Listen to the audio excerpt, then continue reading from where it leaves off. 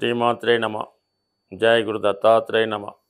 ఈ వీడియోలో మనం 2025 సంవత్సరంలో కర్కాటక రాశి వారు ఏ విషయంలో జాగ్రత్త పడాలి, అలాగే వాళ్ళు స్థిరాస్తి కొనుక్కునేటప్పుడు ఏ విధమైన జాగ్రత్తలు తీసుకోవాలి అన్న విషయాన్ని మనం ఈ వీడియోలో తెలుసుకునే ప్రయత్నం చేద్దాం. కర్కాటక రాశి సహజ రాశి చక్రంలో ఇది 4వ రాశి అవుతుంది. అందువలన ఈ రాశివారు ఏదైనా ఒక గృహంలో నివసించేటప్పుడు ఆ గృహానికి సంబంధించినటువంటి వాస్తు వీళ్ళ మీద ఎక్కువ ప్రభావం చూపడం జరుగుతుంటుంది.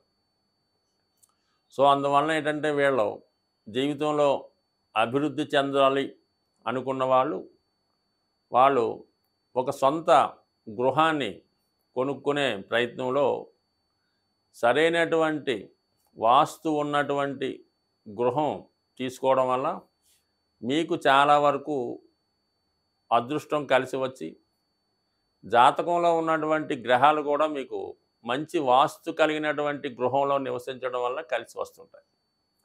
సో అయితే ప్రస్తుతం మరి మీకు గత కొంతకాలంగా అష్టమ స్థానంలో ఉన్నటువంటి శని భగవానుడు మార్చి 29వ తారీఖున మరి అష్టమాన్ని వీడి భాగ్యస్థానంలోకి మారడం జరుగుతుంది. సో దాన్ని బట్టి ఏంటంటే కర్కాటక రాశి వారు చాలా వరకు ఊపిరి పీల్చుకున్నంత స్వేచ్ఛగా ఉంటారన్నమాట. అంటే చాలా కాలంగా ఇబ్బంది పెడుతున్నటువంటి శని భగవానుడు మీకు ఒక మంచి స్థానంలోకి మారడం వల్ల సహజంగా గత 2.5 సంవత్సరాలుగా ఉన్నటువంటి ఇబ్బందుల నుంచి చాలా వరకు మీరు బయటపడి స్వేచ్ఛగా మీరు ఎక్కడికన్నా వెళ్ళే ప్రయత్నం నెరవేరే అవకాశం ఉంది. అంటే ముఖ్యంగా 9వ స్థానం అన్నది విదేశ ప్రయాణాన్ని చెప్తుంది కాబట్టి అక్కడ ఉన్నటువంటి రాహువుతో సుమారుగా 50 రోజులు శని భగవానుడు కలిసి ఉండడం జరుగుతుంది. సో ఆ 50 రోజుల్లో కర్కాటక రాశి వారు ఏమాత్రం ప్రయత్నం చేసినా విదేశ ప్రయత్నాలు ఫలిస్తాయి. విదేశంలో ఉన్నటువంటి సంతానాన్ని కలుసుకోవచ్చు, అలాగే మీ యొక్క దూర ప్రాంతంలో ఉన్నటువంటి పుణ్యక్షేత్రాలు దర్శించవచ్చు. అలాగే మరి గురుగ్రహం గత కొంతకాలంగా ఏకాదశ స్థానంలో సంచరిస్తున్నటువంటి గురువు మీకు అనేక శుభాలను ఇవ్వడం జరిగింది. అంటే 11వ స్థానం అంటే మీకు కామత్రికోణం 7, 3, 11 చాలా వరకు మీ కోరికలు తీరే స్థానం అది. దాని నుంచి మీకు 12వ స్థానంలోకి రాబోతున్నాడు. ఇంచుమించుగా మనకి మే 15వ తారీఖు 2025 సంవత్సరంలో గురువు మీకు వ్యయస్థానంలోకి రావడం జరుగుతుంది. అంటే మీకు 4, 8, 12 మోక్ష త్రికోణాన్ని యాక్టివేట్ చేయడం జరుగుతుంది. అలాగే మంచి కార్యక్రమాలకి గురువు మీకు ధనాన్ని ఖర్చు పెట్టే ప్రయత్నం చేస్తాడు. సాధారణంగా ఎవరి జన్మజాతకంలో అయినా సరే గురువు 12వ భావంలో ఉంటే వాళ్ళు జీవితంలో ఖచ్చితంగా ఉన్నత విద్యావంతులై ఉంటారు. అలాగే వారికి కంపల్సరిగా సంతానం కలుగుతుంది. ఎస్పెషల్లీ పుత్ర సంతానం కలిగే యోగం ఉంటుంది. సో ఇక్కడ పుత్ర సంతానం అంటే వాళ్ళకి ఏదన్నా పితృదోషాలు, మాతృదోషాలు, సర్పదోషాల్లో ఉంటే ఎక్కువగా స్త్రీ సంతానం కలుగుతూ ఉంటారు. అటువంటి దోషాలు లేని వారికి పుత్ర సంతానం కలిగే అవకాశం ఉంది. అయితే గురువు సంతానాన్ని ఇచ్చే స్థానంలోకి వచ్చినప్పుడు దైవ సంకల్పంతో మీ జీవితంలో ఉన్నటువంటి పెద్దవారి ద్వారా సంక్రమించినటువంటి దోషాలకి తగిన పరిహారం చేసుకోవడం వల్ల మీకు సంతానం, పుత్ర సంతానం కలుగుతారు, మీ వంశం నిలబడుతుంది. సో ఇది అలాగే సహజ చతుర్థ స్థానమైనటువంటి కర్కాటకానికి 12వ స్థానంలోకి గురువు, 9వ స్థానంలోకి శని రావడం వల్ల ఈ సంవత్సరంలో మీరు అంటే మనకి ఇంచుమించుగా మే తర్వాత అనుకుందాం ఏదైనా సొంత గృహం కొనుక్కునే ప్రయత్నం చేస్తే 100% మరి ఈ సంవత్సరంలో మీకు సమకూరే అవకాశం ఉంది. సాధారణంగా ఈ కర్కాటక రాశి వారు కొనుక్కునే గృహంలో వారి జాతకంలో గురువు బలహీనంగా ఉంటే ఈశాన్య సంబంధించిన దోషాలు ఉండడం జరుగుతూ ఉంటుంది. దానివల్ల వాళ్ళకి దైవభక్తి ఉండదు, దైవాన్ని నమ్మరు.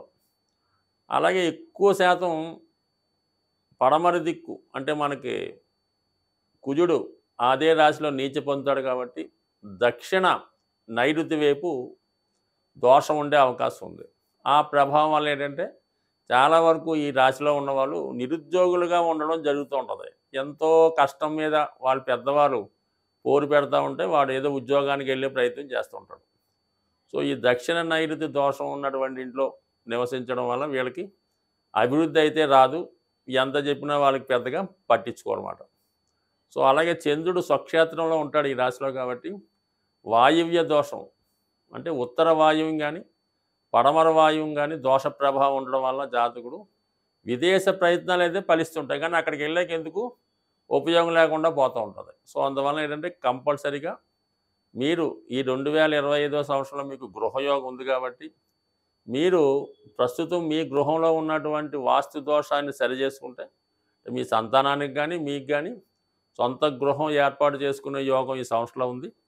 అదేంటంటే ఈ వాస్తు దోషాలు లేని చూసుకుంటే తొందరగా జాతకుడు అభివృద్ధి పడి దాని యొక్క రుణం నుంచి బయటపడి అటు తొందరగా ఎప్పుడైతే కర్కాటక రాశి వారు ఒక ఇంటివాడంటే సొంత ఇల్లు కట్టుకుంటేనే వాడికి పెళ్ళి అయ్యే సూచనలు ప్రస్తుతం కనబడుతున్నాయి కాబట్టి ముందు ఇల్లు కొనుక్కుంటే దాని తర్వాత పెళ్ళి అదే అవుతుంది మరి ఈ కర్కాటక రాశి వారికి. అలాగే మరి చాలా వరకు 9వ స్థానంలో మరి ఈ సంవత్సరం సుమారుగా ఏప్రిల్ నెల నుంచి మే 19, 20 తారీఖుల వరకు 9వ స్థానంలో ఏర్పడినటువంటి ఈ శని రాహుల కలయిక భాగ్యస్థానం అన్నది జాతకుడి యొక్క ధర్మస్థానం.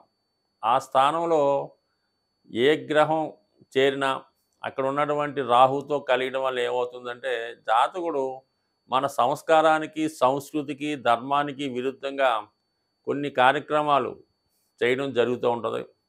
అదేంటంటే ఇంటర్ కాస్ట్ వివాహాలని ప్రోత్సహించడం కానీ, సో లేదంటే ఇతర మతంలో కలిసే ప్రయత్నం చేయడం కానీ, ఇతర మతంలో ఉన్న వాళ్ళని వివాహం చేసుకోవడం కానీ, ఇవన్నీ ఈ 9వ స్థానంలో పాపగ్రహాలు ఉన్నప్పుడు ఎస్పెషల్లీ రాహు ఉన్నప్పుడు జరుగుతూ ఉంటుంది. అక్కడ శని భగవానుడు కూడా చేరినప్పుడు అది మరింత బలమవుతూ ఉంటుంది. సో అందువలన ఏంటంటే ఈ కర్కాటక రాశి వారు వివాహం అంటే సాధారణంగా వీళ్ళు పెద్దలు కూర్చొని వివాహం ఎక్కువ శాతం చేసుకుంటూ ఉంటారు. మరి ఈ రాశిలో జన్మించినటువంటి అమ్మాయిలు కానీ అబ్బాయిలు కానీ ప్రస్తుతం ఉన్నటువంటి సంస్కృతి ప్రకారం కాలమాన ప్రకారం మీరు ఇష్టపడినటువంటి అమ్మాయి కానీ అబ్బాయి కానీ ఒకసారి పరిశీలించుకొని మీ యొక్క దానికంటే మీ యొక్క కమ్యూనిటీకి మీ యొక్క సంస్కారానికి సంస్కృతికి సరిపోయిన విధంగా చూసుకోవడం మంచిది. కొన్ని సందర్భాల్లో వయసులో చాలా వ్యత్యాసం ఉండొచ్చు, అలాగే సంస్కారంలో వ్యత్యాసం ఉండొచ్చు. అయితే ఇది ఎందుకు చెప్తున్నామంటే చేసుకోకూడదని కాదు, ఈ సమయంలో చేసుకున్నటువంటి ఇలాంటి ఆదర్శ వివాహం అనుకుంటారో మీరు, లేదంటే అనాచార వివాహం అనుకుంటారో కానీ ఇవి కంపల్సరీగా సక్సెస్ కావు. ఇవి టెంపరీగానే సక్సెస్ అవుతుంటన్నమాట. ఎప్పుడైతే మళ్ళా ఆ భాగ్యస్థానంలో ఈ పాపగ్రహాలు బయటికి వెళ్ళిపోయి శుభగ్రహాలు లాంటి గురువు లాంటి గ్రహాలు వచ్చినప్పుడు అయ్యో మనం చాలా పొరపాటు చేసామే అయ్యయ్యో అని జీవితాంతం వచ్చుకొని దాని నుంచి బయటపడే ప్రయత్నంలో దాన్ని వదులుకోలేక దాని నుంచి బయటపడలేక అనేక రకాల ఇబ్బందులు పడుతుంటారు. కాబట్టి ఖచ్చితంగా మీరు ఈ సమయంలో ఈ కర్కాటక రాశి అమ్మాయిలు కానీ అబ్బాయిలు కానీ మరి వాళ్ళకి వాళ్ళు సెలెక్ట్ చేసుకునే మ్యారేజ్ విషయంలో మాత్రం చాలా వరకు ఆలోచించి అన్నీ పరిశీలించిన తర్వాత ఒక నిర్ణయానికి రావాలి తప్ప ఏది పడితే అది ఎలాగుంటే అలా చేసుకోవడం వల్ల ఖచ్చితంగా దానివల్ల మీకు మీ కుటుంబానికి మీ వంశానికి కూడా అప్రతిష్ట కలిగే అవకాశం ఉంది.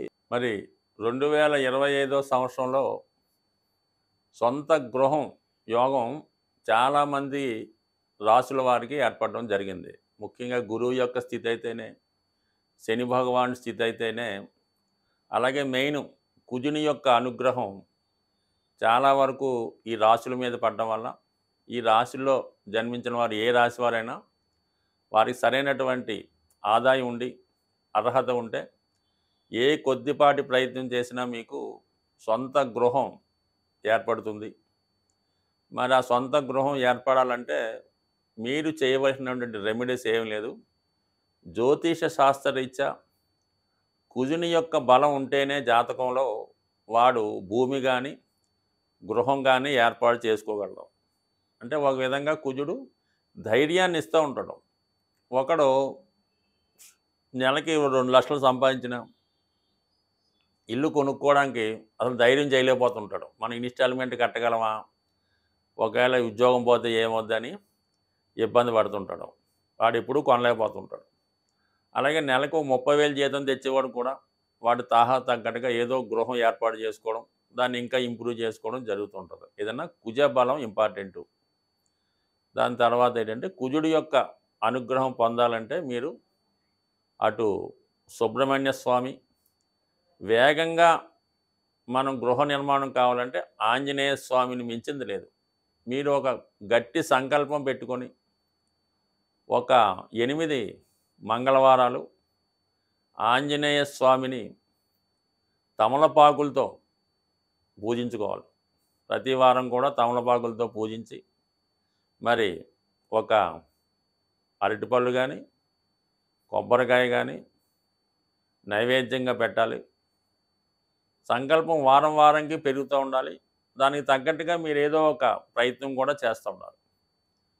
అలాగే వీలుంటే కోతులకి అంటే మనకి కొద్దిగా నగరం అవుట్లెట్స్ గట్టా ఉన్నప్పుడు మరి మెయిన్ రోడ్డు మీద కాకుండా కొద్ది పక్కన తోటలాగా ఉంటే మీరు ఎంత కొనగలిగితే అంత కొంతవరకు అవి మీరు ఎంత బరువు ఉంటారో దానికి తగ్గట్టుగా అరటిపళ్ళు కానీ ఏవైనా ఫ్రూట్స్ కానీ కోతులకి ఆహారంగా పెట్టడం వల్ల మీకు తొందరగా మరి సొంత గృహం ఏర్పడుతుంది. మరి స్త్రీలు ముఖ్యంగా వారి యొక్క కోరిక తీరాలంటే మణిదీప వర్ణన అని ఉంటుంది. దాన్ని సంధ్యా సమయంలో గృహం శుభ్రపరిచిన తర్వాత సాయంకాలం దీపం పెట్టిన తర్వాత మరి చాలా ప్రశాంతంగా మనశ్శాంతిగా ఎటువంటి ఆలోచన లేకుండా ఈ మణిదీప వర్ణన చదవడం వల్ల ఖచ్చితంగా మీకు సొంత గృహయోగం ఏర్పడుతుంది. అలాగే ఈ గృహం కావాలనుకున్న వాళ్ళు మీరు దేనికి వెళ్ళినా వెళ్ళకపోయినా గృహప్రవేశాలకు వెళ్తుండండి. ఎక్కడన్నా ఇల్లు కన్స్ట్రక్షన్ జరుగుతుంటే ఫర్ సేల్ అని బోర్డు పెట్టిన అపార్ట్మెంట్ ఉన్నా మీ దగ్గర డబ్బులున్నా లేకపోయినా ఒకసారి వెళ్ళండి. వాళ్ళని కనుక్కోండి. ఎంత అవుతుందనో తెలుసుకోండి. దాని బ్రోచర్లు తెచ్చుకోండి. మీ దగ్గర పెట్టుకోండి. అలాగే మీరు ఒక బిల్డర్తో కానీ ఒక తాపీ మేస్త్రితో కానీ స్నేహం చేసుకొని ఉన్నా లేకపోయినా ప్రతి విషయం కనుక్కోండి. సిమెంట్ రేటు తెలుసుకుంటూ ఉండండి. ఐరన్ రేటు తెలుసుకుంటూ ఉండండి. భూమి విలువ ఊరికనే తెలుసుకొని ఫ్రెండ్స్కి చెప్తూ ఉండండి. కంపల్సరీగా అదంతా యాక్టివేట్ అయ్యి ఖచ్చితంగా మీకు ఒక గృహం అన్నది ఏర్పడుతుంది. ఏదన్నా మనం ఏ లైన్లో ఉంటే ఏ ప్రయత్నంలో ఉంటే ఖచ్చితంగా అందులో మనకి రాణింపు రావడం జరుగుతుంటుంది. అందుకని మీరు ఈ గృహం కట్టే వాళ్ళతోనూ గృహం చుట్టుపక్కల తిరుగుతూ కనుక్కుండా ఏదో రియల్ ఎస్టేట్ వ్యాపారం చేయకపోయినా అమ్మికొన్నట్టు అందులో రోజుకొక గంట చేస్తే ఖచ్చితంగా మీకు ఆ ఇంటికి తగ్గ డబ్బు అదే వస్తుంది. అదే గృహం ఏర్పడుతుంది. కావాలంటే ప్రయత్నం చేసి చూడండి. మీకు ఖచ్చితంగా మరి 2025లో మీరు ప్రయత్నం బట్టి ఒక 90 రోజుల్లో సొంత గృహం ఏర్పడుతుంది. స్వస్తి.